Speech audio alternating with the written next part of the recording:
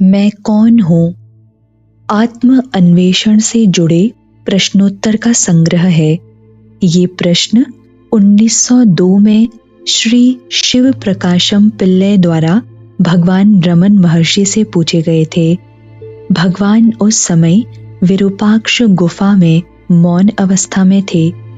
उन्होंने प्रश्नों का उत्तर लिख कर दिया। प्रश्नोत्तर का यह संग्रह सर्वप्रथम 1923 में श्री पिल्लै द्वारा नान यार शीर्षक से प्रकाशित कराया गया। बाद में यह कई बार अनेक भाषाओं में प्रकाशित हुआ।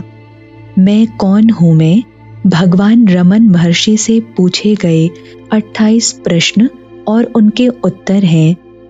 प्रश्नोत्तर रूप में अनेक भाषाओं में अनुवादित नान यार अर्थात मैं कौन हूँ किन्हीं कारणों से हिंदी भाषा में प्रकाशित नहीं हो सका। हिंदी में मैं कौन हूँ लेख रूप में होते हुए भी प्रश्नोत्तर स्वरूप नहीं था।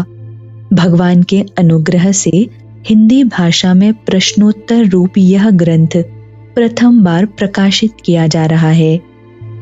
इसमें प्रश्नोत्तर के साथ साथ लेख रूप को भी सम्मिलित किया गया है।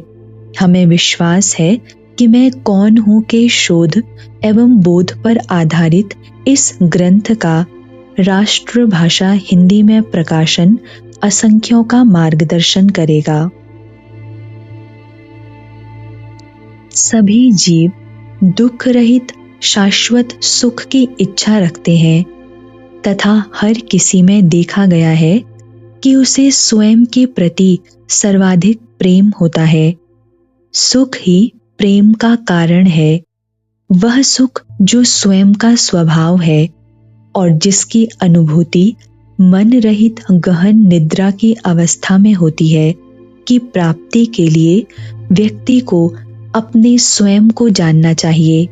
उसके लिए मैं कौन हूँ का ज्ञान विचार ही प्रमुख साधन है। प्रथम प्रश्न, मैं कौन हूँ? सप्त धातुओं से बना स्थूल शरीर में नहीं हूँ। शब्द, स्पर्श, रूप, रस, गंध इन पांचों विषयों को पृथक ग्रहण करने वाले क्रमशः कर्ण, त्वचा, नेत्र, जिह्वा और नासिका ये पांचों ज्ञानेंद्रियां भी मैं नहीं हूँ। वाणी, गमन, ग्रहण, मल विसर्जन, आनंद ये पंचविध क्रियाएं करने वाली क्रमशः वाग, पाद, पाणि, वायु और उपस्थ ये पांचों कर्मेंद्रियां भी मैं नहीं हूँ। श्वासादि पंचकर्म करने वाले प्राणादि वायु पंचक भी मैं नहीं हूँ। संकल्प करने वाला मन भी मैं नहीं हूँ।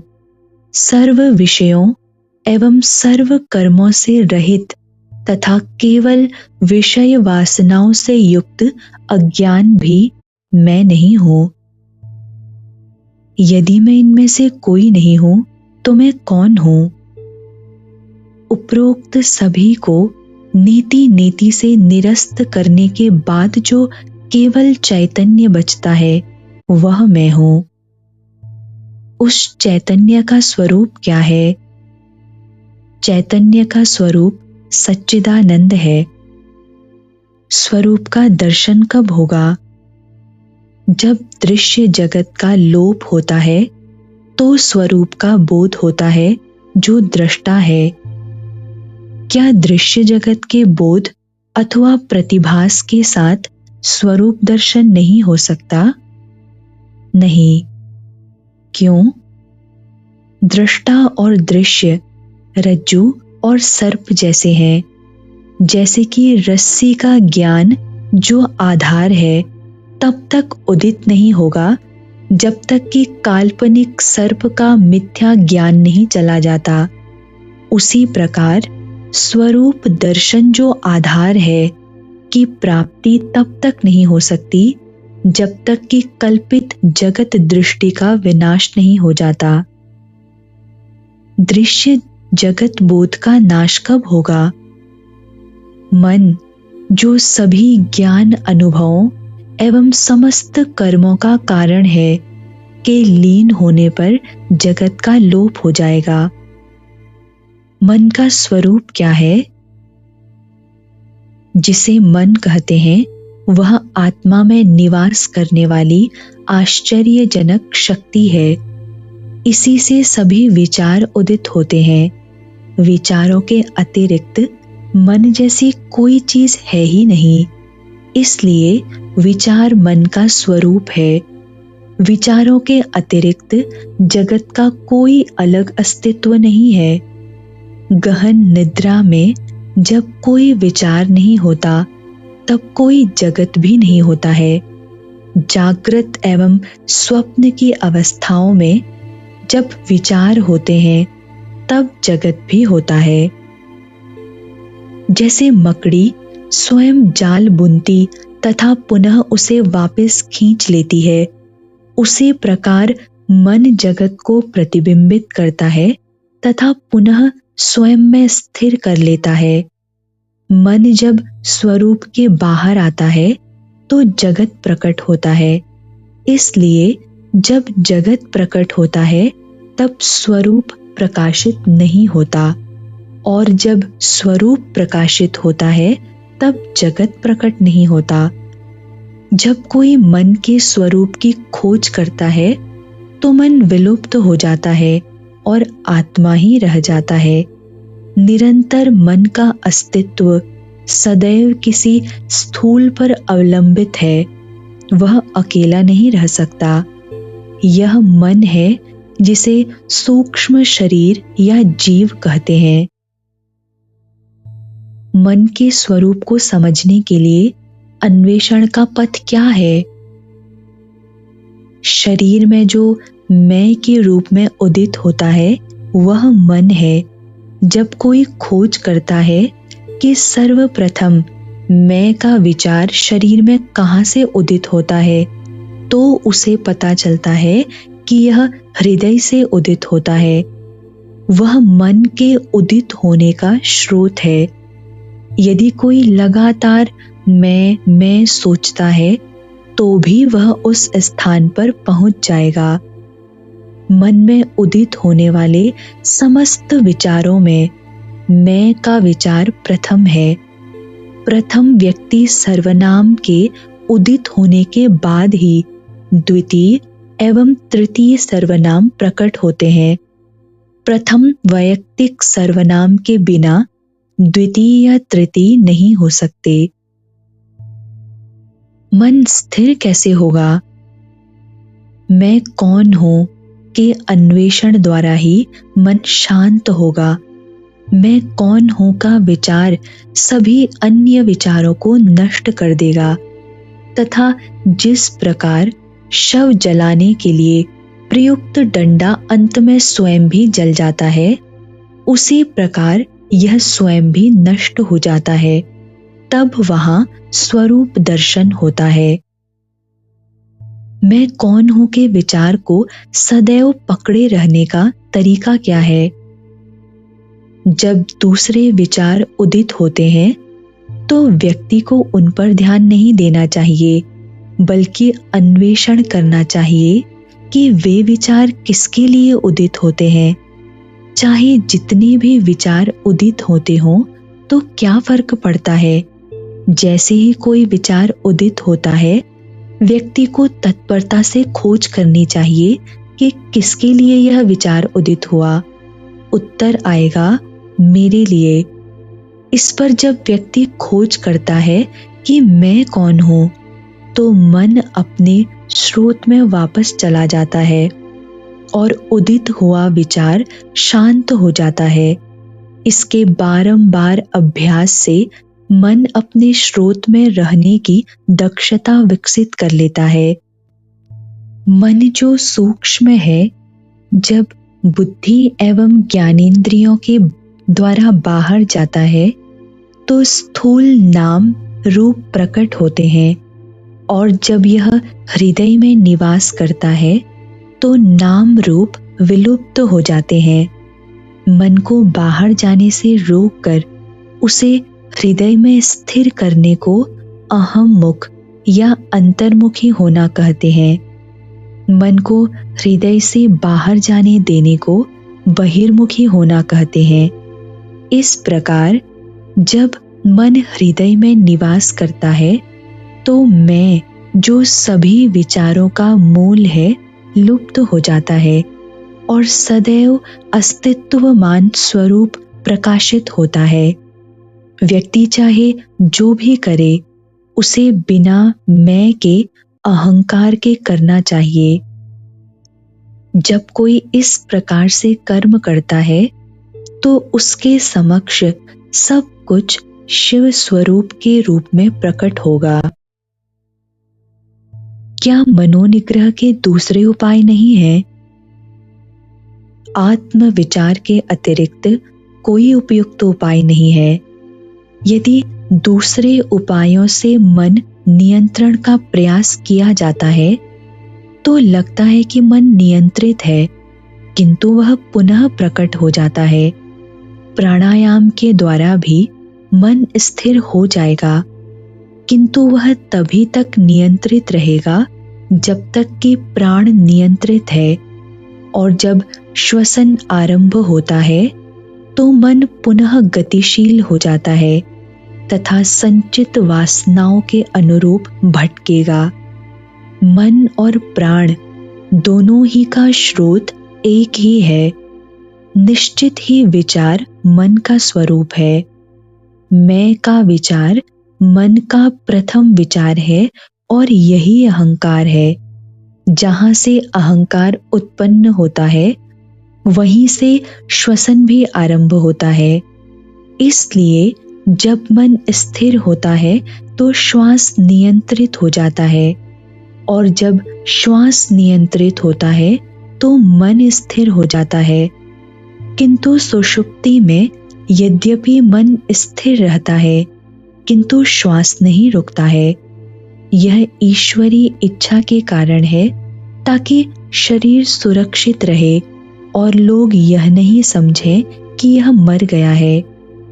जागृत एवं समाधि की अवस्थाओं में जब मन स्थिर हो जाता है तो श्वास नियंत्रित रहता है। प्राण मन का स्थूल रूप है। मृत्यु के क्षण तक मन प्राण को शरीर में रखता है। जब शरीर मर जाता है तो मन प्राण को साथ ले जाता है।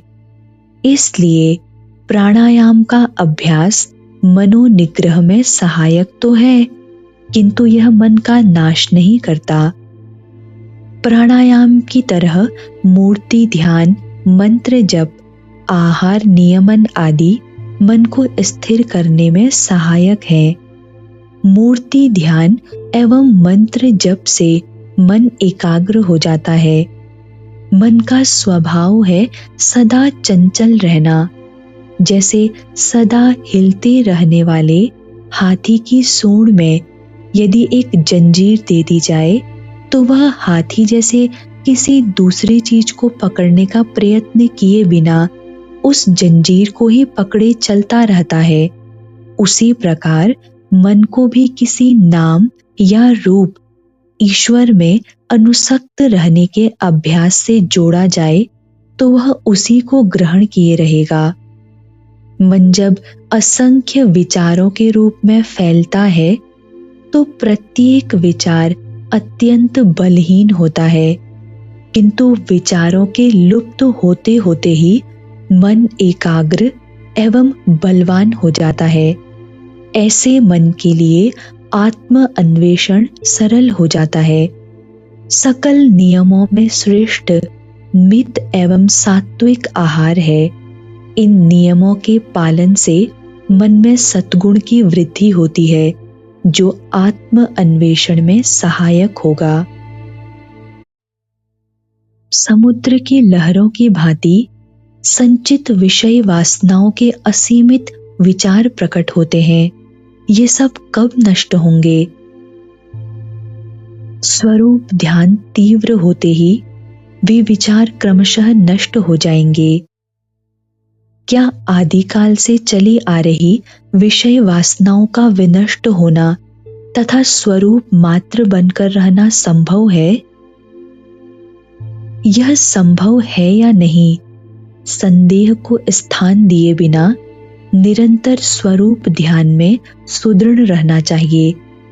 कोई चाहे कितना बड़ा पापी क्यों ना हो, मैं तो पापी हूं, मेरा उद्धार कैसे हो सकता है, यूं दीन हो प्रलाप न करते हुए मैं पापी हूं के विचार को पूरी तरह त्याग कर यदि वह सतत स्वरूप ध्यान में संलग्न रहेगा तो निश्चित ही सफल होगा।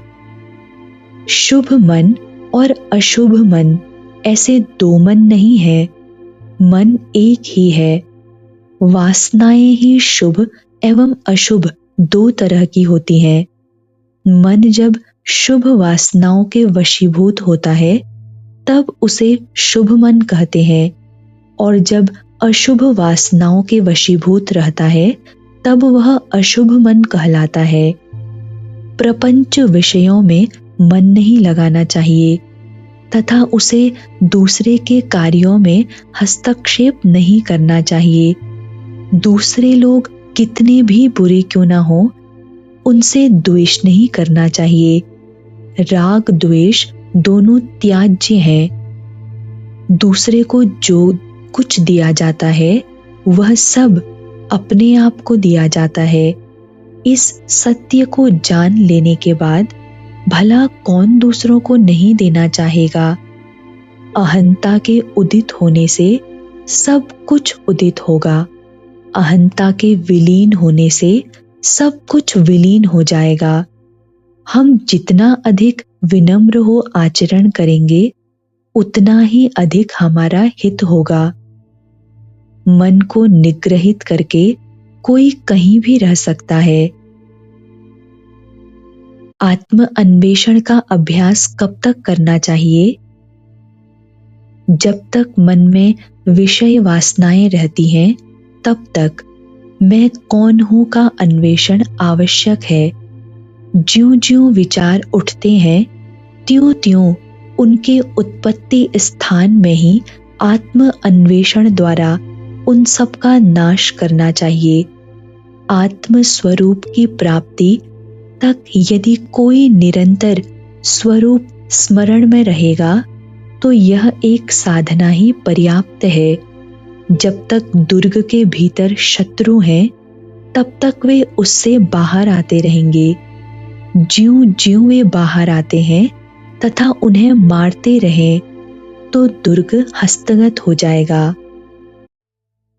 स्वरूप का स्वभाव क्या है? यथार्थ में जो अस्तित्वमान है वह केवल आत्म स्वरूप है। जगत, जीव और ईश्वर इसमें मोती में चांदी के आभास की भांति कल्पित प्रतीति है। ये तीनों एक ही समय प्रकट होकर एक ही समय लुप्त होते हैं। जिस स्थान पर मैं का किंचित मात्र विचार नहीं होता वहां स्वरूप है, वही मौन है। स्वरूप स्वमेव जगत है, स्वरूप स्वमेव मैं है, स्वरूप स्वमेव ईश्वर है, सब कुछ शिव स्वरूप है। क्या सब कुछ ईश्वर के कार्य नहीं है? बिना इच्छा, संकल्प या प्रयास के आदित्य उदित होता है और उसकी उपस्थिति मात्र से सूर्यकांत मणि पत्थर अग्नि उगलता है, कमल खिलता है, पानी वाष्पित होता, लोग विभिन्न कार्यों में प्रवृत्त होते तथा उन्हें करने के बाद निष्क्रिय होते हैं। जिस प्रकार चुंबक के समक्ष सुई हिलती है उसी प्रकार संकल्प विहीन ईश्वर की सन्निधि विशेष मात्र से होने वाले त्रिकर्मों अथवा पंच कृत्यों से नियंत्रित सकल जीव अपने अपने कर्म अनुसार कार्य कर विश्राम करते हैं। इसके विपरीत वह संकल्प रहित है, वह किसी कर्म से बंधा नहीं है। यह ठीक उस प्रकार है जैसे लोक क्रियाएं सूर्य को प्रभावित नहीं करती या अन्य 4 भूत पृथ्वी, जल, अग्नि, वायु के गुण अवगुण व्यापक आकाश पर प्रभाव नहीं डाल पाते। भक्तों में श्रेष्ठ कौन है? स्वरूप के रूप में उपस्थित ईश्वर को जो स्वयं को समर्पित करता है वह सबसे उत्तम भक्त है। ईश्वर को समर्पित करने का अर्थ है कि आत्मा के अतिरिक्त विचारों को उदित होने के लिए बिना स्थान दिए जो निरंतर आत्मा में रहता है। ईश्वर के ऊपर जो भी भार फेंके जाते हैं वह उनको वहन करता है। जब परमेश्वर शक्ति सकल चीजों को संचालित करती है तो अपने आप को उसको बिना समर्पित किए क्यों हम निरंतर विचार द्वारा चिंता करते हैं कि क्या करना और किस प्रकार करना चाहिए।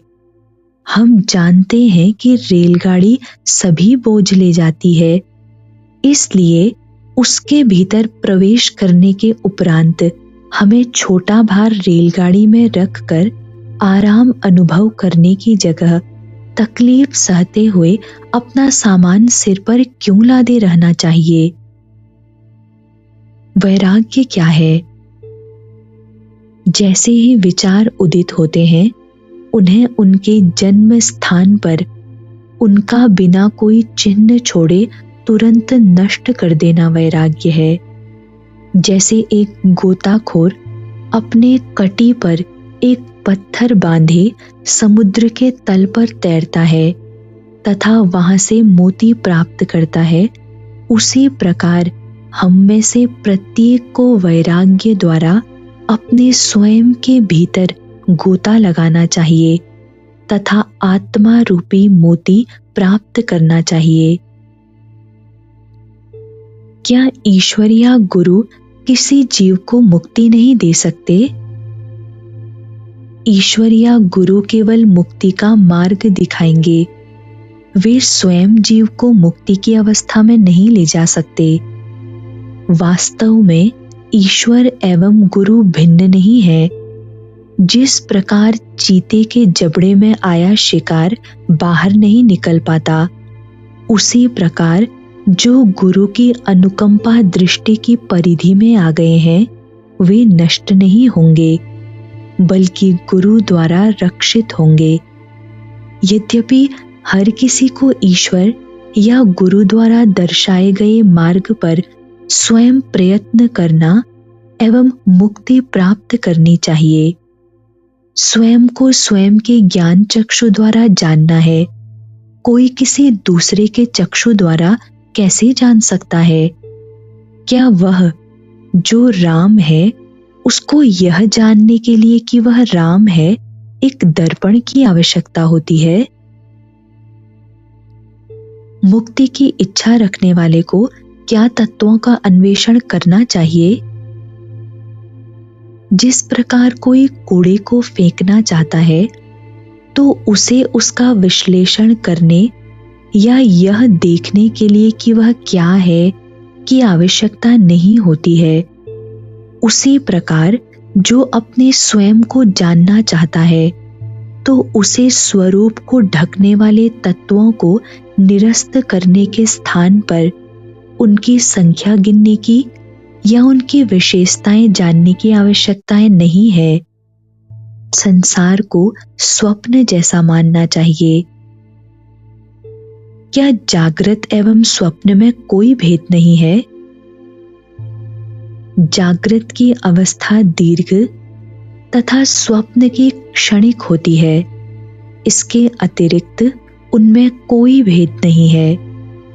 जागृत में जागृत की घटनाएं जितनी सच लगती हैं, उसी प्रकार स्वप्न के समय स्वप्न की घटनाएं उतनी ही वास्तविक लगती हैं। स्वप्न में मन एक दूसरा शरीर धारण करता है।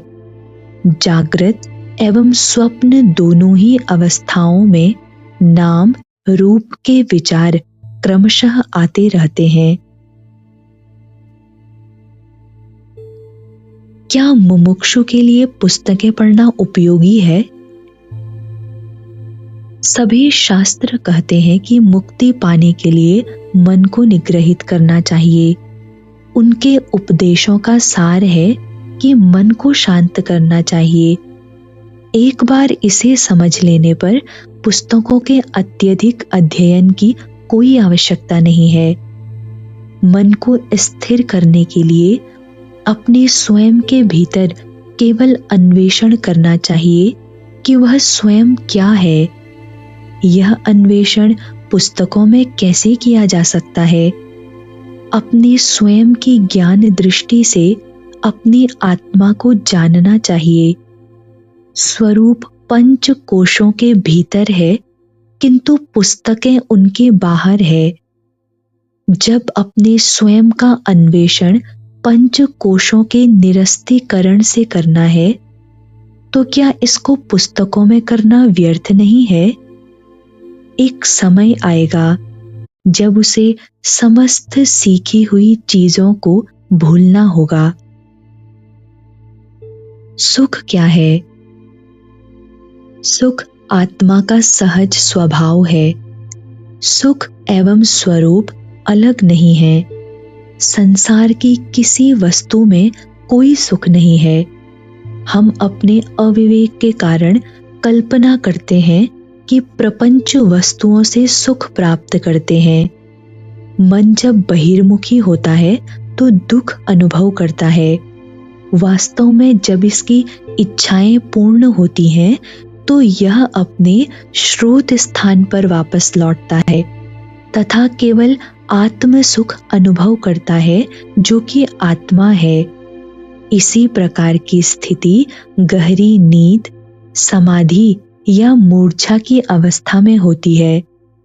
और जब ऐच्छिक वस्तु की प्राप्ति या अनैच्छिक मिट जाता है तो मन अंतर्मुखी होकर केवल आत्म सुख अनुभव करता है।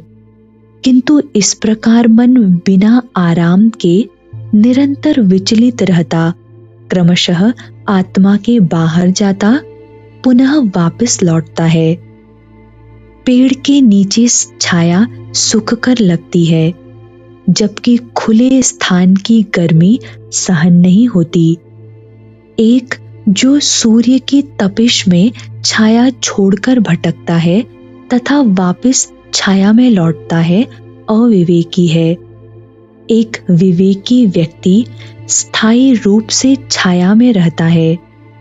उसी प्रकार ज्ञानी का मन ब्रह्म को नहीं छोड़ता, जबकि इसके उल्टा एक अज्ञानी का मन संसार में घूमता रहता तथा दुख की अनुभूति करता है और अल्प समय के लिए आनंद की अनुभूति के लिए ब्रह्म में वापस लौटता है।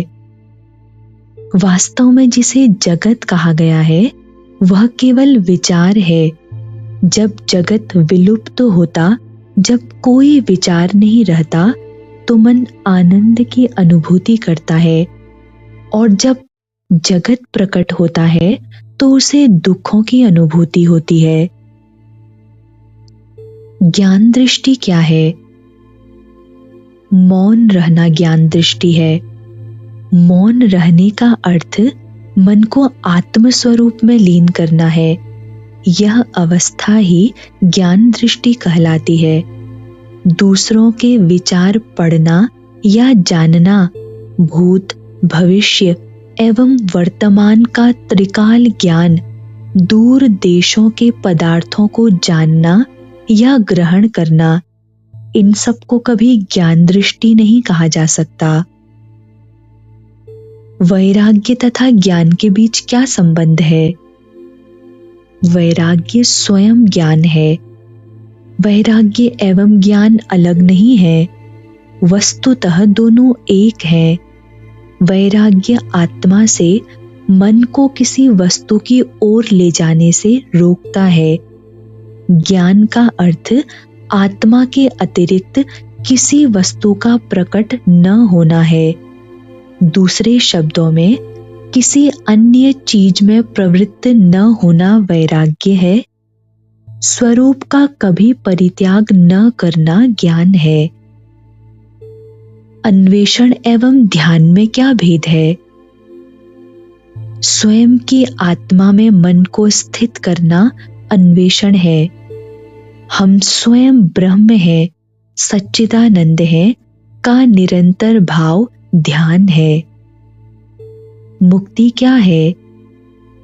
बंधन में पड़े अहम का अन्वेषण करना तथा बंधन से मुक्त अपने स्वयं के यथार्थ स्वरूप को जानना मुक्ति है।